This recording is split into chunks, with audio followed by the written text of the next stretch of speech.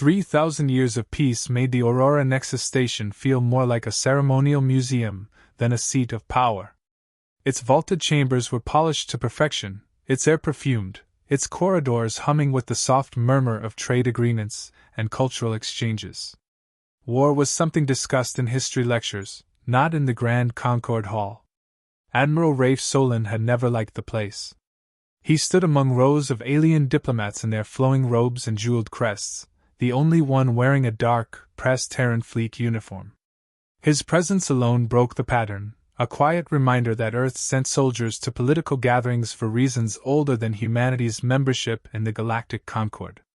The session had been routine: trade tariffs, transport lanes, environmental treaties, until the hall's air shifted. Without warning, the chamber lights dimmed.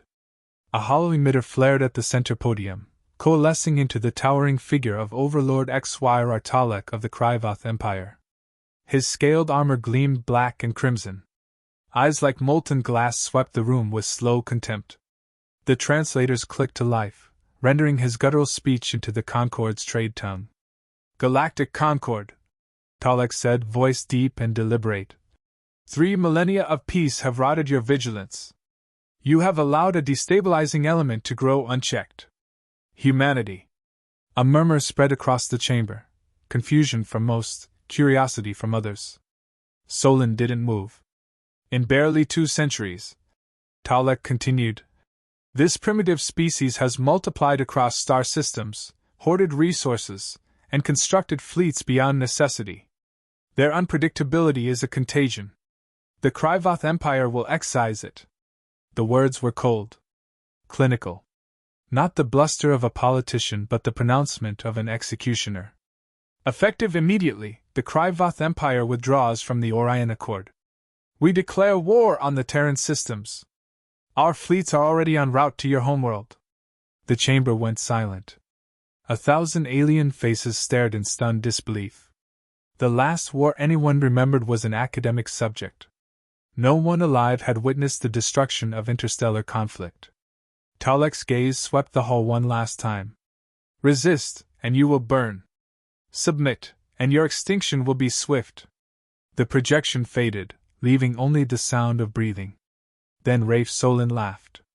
It was not polite. It was not nervous. It was the sharp, genuine laugh of someone who had just been told a bad joke and found it hysterical. The acoustics of the chamber carried it far, making it seem louder than it was. Delegates turned toward him in disbelief. Some looked offended. Others unsettled. He stepped forward to the center, his boots striking the polished floor with deliberate precision. You've had 3,000 years to forget, Solon said, addressing the space where Talek's image had stood. We learned war by fighting each other long before we left our homeworld. And we've gotten better at it ever since. If you think you can end us, you'd better bring everything. His voice was calm, his eyes steady. No shouting. No theatrics. Just a statement delivered with the certainty of gravity. A Savanti delegate sputtered. Admiral, do you understand what this means? They will. I understand perfectly. Solon cut in. The Kryvoth think peace made us soft. They're wrong. Without another word, he turned and walked out of the chamber, leaving a trail of murmurs in his wake. The TSF Resolute's war room smelled faintly of ozone and coffee, human touches in a room otherwise dominated by the cold glow of holographic tactical displays. Captain Yara Ven was waiting, arms crossed, her short black hair damp from a rushed transit to the flagship. You made quite the impression, she said as Solon entered.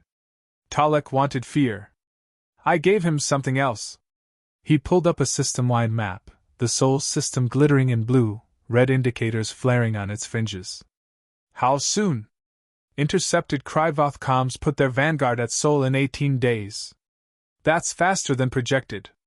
Solon studied the map in silence for a moment. Then we move now. Activate Red Eclipse protocol across all commands. Mars and Titan fleets to full readiness. Civilian convoys to deep space shelters. Already in motion, Yara said. Special operations? They're leaving in 6 hours. I want eyes on Kryvoth formations before they make orbit anywhere near home. Half a galaxy away, the Kryvoth War Council convened inside the vaulted Blackstone chamber of Kryvos Prime. Overlord Talek sat at the head, flanked by his elite strategists. Their hollow map displayed the Terran systems with clinical detachment. A young species, one advisor said. Their numbers are few, their fleets scattered. They lack the honor-bound discipline of proper warfare. They have no understanding of prolonged campaigns, another added. They'll fold quickly. Talek listened, his claws drumming against the arm of his seat. Then we shall crush them before they contaminate others with their chaos. Unresolute, Solon leaned over the comms console as secure channels lit up with acknowledgments from Terran defense outposts. Every signal confirmed readiness. He could almost hear the hum of engines firing up on distant moons and stations. Yara stepped closer. We can't match them ship for ship. No, Solon agreed. We don't have to. We make them fight our war, not theirs. He keyed in a series of orders, rerouting a third of the fleet toward concealed positions near the asteroid belt and Saturn's rings. Another group would stage, decoy, defenses near Mars to lure the Kryvoth along a predictable approach vector. If they think they know where we'll be, Solon said, they'll be wrong. That night, if night could be called anything in the constant rotation of a warship, Solon stood alone in the observation deck. Earth glowed in the distance, a blue and white jewel against blackness. Somewhere out there, alien war fleets were cutting through the void toward it. 18 days. The number was sharp in his mind, not enough time to prepare fully, but just enough to make them bleed. Humanity's strength wasn't in tradition or superior numbers. It was in adaptability, in the instinct to turn chaos into advantage. The Kryvoth thought that unpredictability was a flaw. It was a weapon. He didn't smile. Not now. The laughter earlier had served its purpose. Now came the work. Behind him, Yara's voice broke the quiet. You know what they'll say about this if we win? Solon kept his eyes on Earth. They'll say the Kryvoth shattered 3,000 years of peace. And that humans just laughed? He glanced over his shoulder, a faint curve at the edge of his mouth. Something like that. When Solon returned to the war room, the latest encrypted report from intelligence awaited him. A scout drone near the Oort cloud had detected hyperspace wakes, large, tight formations moving fast. Kryvoth Vanguard. He marked the position, noted the vector, and calculated. 18 days until Sol would be the center of a kind of storm this galaxy hadn't seen in millennia. The thought didn't slow him. If anything, it steadied him. Tell the crews, he said to Yara, to get some rest tonight. Tomorrow, we start building the kind of welcome the Kryvoth won't forget. The war room aboard TSF Resolute was alive with motion. Holoscreens rotated tactical overlays, fleet rosters, and incoming intelligence feeds in a steady cycle. Admiral Rafe Solon stood at the central table, hands clasped behind his back, watching the simulation of the Kryvoth approach. They'll make Neptune orbit in 4 days after they breach the Oort cloud, Captain Yara Ven reported. If they hold formation, they'll be within Earth's orbital defense perimeter by day 18. Solon's eyes tracked the red formations on the projection. They won't hold formation.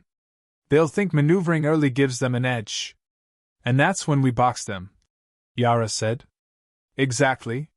He zoomed the projection, highlighting 3 concealed Terran strike groups, one embedded in Saturn's rings, another buried in asteroid clusters between Mars and Jupiter, and a third drifting in the shadow of Titan. Each had orders to stay dark until Solon's signal. They'll come in confident, Solon said, and find themselves surrounded. At Concord headquarters, politics dragged on.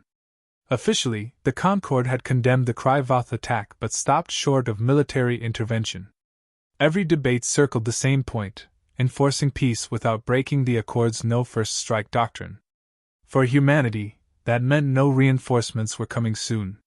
Yara leaned against the table. Any chance the Concord changes its mind? Solon didn't look away from the map. No. And I don't want them to. We fight this our way. He opened a calm channel to Fleet Command on Mars. All assets shift to Red Eclipse. Civilians to shelters. No exceptions. Far beyond the heliosphere, in the cold quiet of the Oort cloud, Terran stealth frigates prowled in the dark. One group shadowed a Kryvos scout squadron. The alien vessels, sleek and blade-like, emitted low-profile scans as they crept forward. Commander Juno Ree, captain of the TSS Phantom, stood on her bridge with her crews silent around her. Hold course. Match their burn. Her tactical officer glanced up. Orders, ma'am? We have firing solutions. Negative. We let one get home. The frigate struck fast. 2 Kryvos scouts vanished in bursts of white light. The last broke away, its engines flaring hard as it fled. Ree's crew didn't pursue. That one, she said. We'll tell them exactly what we want them to think. On Kryvos Prime, the War Council absorbed the scouts' report. The data showed human defenses concentrated heavily around Mars, with scattered patrols elsewhere. Talek studied the hologram with the Predator's focus. They expect us to take Mars first. An advisor nodded. They've fortified it as their shield. We bypass it and strike Earth. Decapitation? Talek approved. We take their heart before they can react. Back in Sol, Resolute's decks throbbed with activity. Engineers worked double shifts upgrading weapons. Technicians calibrated shield harmonics for rapid cycling, allowing them to absorb bursts then redirect power to counter fire. Pilots drilled maneuvers in cramped simulators, sweating under the simulated G-forces of high-speed combat. In the mess hall, crews traded bets over how many ships they'd down. Laughter mixed with tension, the human way of keeping fear at arm's length. Yara found Solon in the hangar, watching technicians mount missile pods onto the Resolute's undercarriage. You think they'll fall for it? They've already decided they know us, Solon said. That's the mistake we need. 3 days later, a coded ping came from the Titan outpost. The Kryvoth Vanguard had entered the system. 6 dreadnoughts led the formation, each the size of a city, followed by heavy cruisers and swarms of smaller escorts. They advanced in a tight wedge. On Resolute, the war room fell quiet as the sensor feed stabilized. The image was stark, alien warships blotting out the stars, hulls lined with glowing crimson seams. They're beautiful, Yara admitted, her voice even. Solon didn't blink. Beauty doesn't win wars. Orders went out. Mars' fleet remained on visible patrol, its profile deliberately inflated with decoy transponders to appear larger. Civilian traffic lanes were shut down. Mining stations along the asteroid belt powered down, vanishing from detection range. At Saturn, hidden missile silos came online in silence, their targeting systems cold until the moment they'd be needed. Solon's plan depended on timing so precise that any premature move would collapse the entire trap. He explained it again to his senior staff. We let them think they've caught us off balance. They'll close in faster. Then we close the door. The Kryvoth advanced without pause, their wedge cutting through the outer planets. Patrol ships scattered before them, sending encrypted, panic signals, a performance designed for alien eyes. Inside Resolute, Yara monitored the enemy's path. They've taken the bait. They're ignoring Mars. Solon's gaze was fixed on the tactical display. Let them in. The Terran forces stayed quiet, even as the Vanguard drew closer. For the crews hidden among the asteroids and within Saturn's rings, the waiting was the hardest part. Weeks of preparation compressed into the single act of holding still. In the hangar bay, pilots checked their craft in silence, eyes flicking to mission timers. Marines secured boarding gear they might never use. The low murmur of voices never rose above the hum of the ship's systems. By day 17, the Kryvoth were within Jupiter's orbit. From there, it was a straight run to Earth. The entire time, they had faced only token resistance, skirmishes designed to harass without slowing them. In the war room, Solon gave his final pre-battle address to the fleet via secure channel. They think they're hunting prey. They don't see the teeth behind them. We've been underestimated before. Every time, it's cost the other side more than they could pay. This will be no different. He ended the channel and looked to Yara. Signal all hidden groups. We go live on my mark. That night, Solon stood again at the observation deck. Saturn's pale light washed across his uniform. In the distance, he could just make out the faint gleam of the Kryvoth fleet on long-range sensors, heading toward a place they thought undefended. Tomorrow, Yara said from behind him. Tomorrow, Solon agreed. And they still think we're running scared. The chapter closes with the Vanguard crossing the asteroid belt's outer edge. Silent Terran ships stirred in their shadows, missile hatches sliding open, laser arrays tracking their first targets. Inside Resolute, Solon leaned forward over the command chair's console, voice low but carrying across the bridge. On my mark, he said, eyes locked on the crimson shapes filling the display. Let's show them exactly what they've walked into. The Kryvoth Vanguard entered the asteroid belt like a blade through fog, engines burning with steady crimson glare. 6 dreadnoughts formed the spearhead, flanked by cruisers and a dense screen of escorts. Their formation radiated confidence. On TSF Resolute, Admiral Rafe Solon sat forward in the command chair, watching the enemy fleet's vector lines converge on the display. The belt's tumbling rocks and drifting debris obscured sensor returns, exactly as planned. Outer ring groups hold position, Solon ordered. No firing until the lead dreadnought is in the kill zone. In the belt's shadow, Terran battleships powered up one system at a time, their heat signatures buried among the cold rocks. Missile silos embedded in disguised mining platforms tracked silently. Inside Saturn's rings, another strike group prepared to ignite drives at full burn, sealing the trap from behind. The Kryvoth's spearpoint pushed deeper. On the Vorkal, flagship of the Vanguard, Fleet Commander Drell Vok reviewed sensor feeds. Sparse defenses. Their fleet is massed at Mars. These token patrols are an insult. They flee as expected, his second replied. Earth will be ours before they can respond. Neither considered why the humans had left the asteroid belt undefended. Lead dreadnought entering zone, Yara Ven reported on Resolute. Solon's voice was steady. Saturn Group, go. A heartbeat later, hidden cruisers behind the enemy-lit engines, closing the rear exit. At the same moment, mining stations came alive, industrial lasers meant to slice rock turned on warship hulls, beams lancing through the void. Missiles followed, hundreds of them, arcing from asteroids, warships, and silos.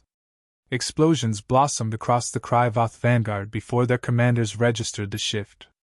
On the Vorkal, alarms screamed. Drell Vok barked orders, but formation cohesion shattered as ships swerved to avoid incoming fire. Escorts took the brunt, vaporized or left drifting. This isn't retreat, his sensor chief shouted. It's an ambush. On Resolute, Solon rose from the chair. Forward groups, engage. Break them apart. Terran destroyers darted from cover, weaving through asteroid shadows, unleashing railgun bursts at close range. Larger ships poured coordinated fire into exposed dreadnought flanks. Dreadnought 2's shields are failing, Yara called. Solon didn't hesitate. Concentrate all beams. Take it down. The targeted dreadnought staggered under the combined assault. A final missile barrage from a Titan-based launcher punched through its core. The blast lit the belt like a false sunrise. Cheers erupted on Resolute's bridge. Solon didn't join them. We're not done. The Kryvoth rallied, pulling cruisers into a defensive ring. Heavy plasma fire cut through a Terran frigate, splitting it in two. The debris drifted in silence before secondary explosions scattered it further. Solon's jaw tightened. Shift flank coverage. Get those survivors out of the kill zone. At the trap's rear, the Saturn strike group charged forward, weapons blazing.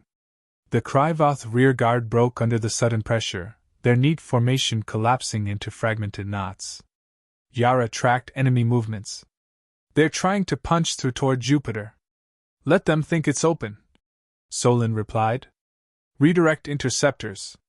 Herd them back toward the belt. Inside the chaos, the Resolute led a strike against the Vorkal. Terran gunners targeted the flagship's sensor arrays, blinding it to the shifting battlefield. Solon maneuvered dangerously close, threading between asteroid clusters at speeds that pushed inertial dampeners to their limit. The Vorkal responded with concentrated plasma fire, carving a molten scar across Resolute's port side. Warning klaxons filled the bridge. "Shields at 40%! Yara shouted. Solin's voice stayed calm. "Bring us alongside. Prepare fuel bay charges."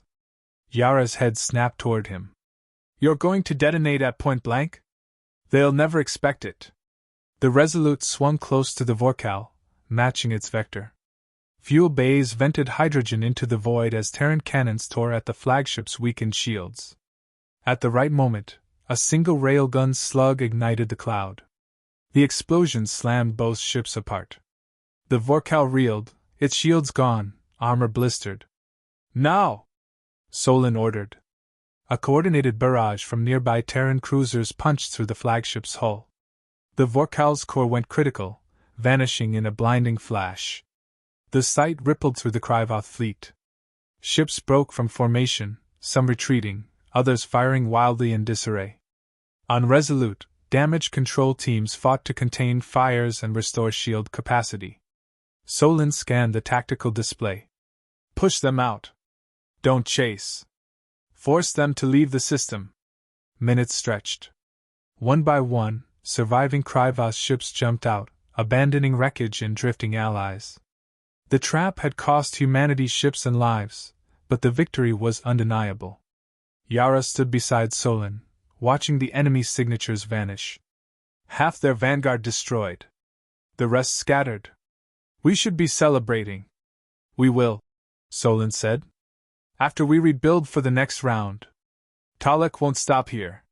Far away, on Kryvos Prime, Overlord Talek reviewed the battle report.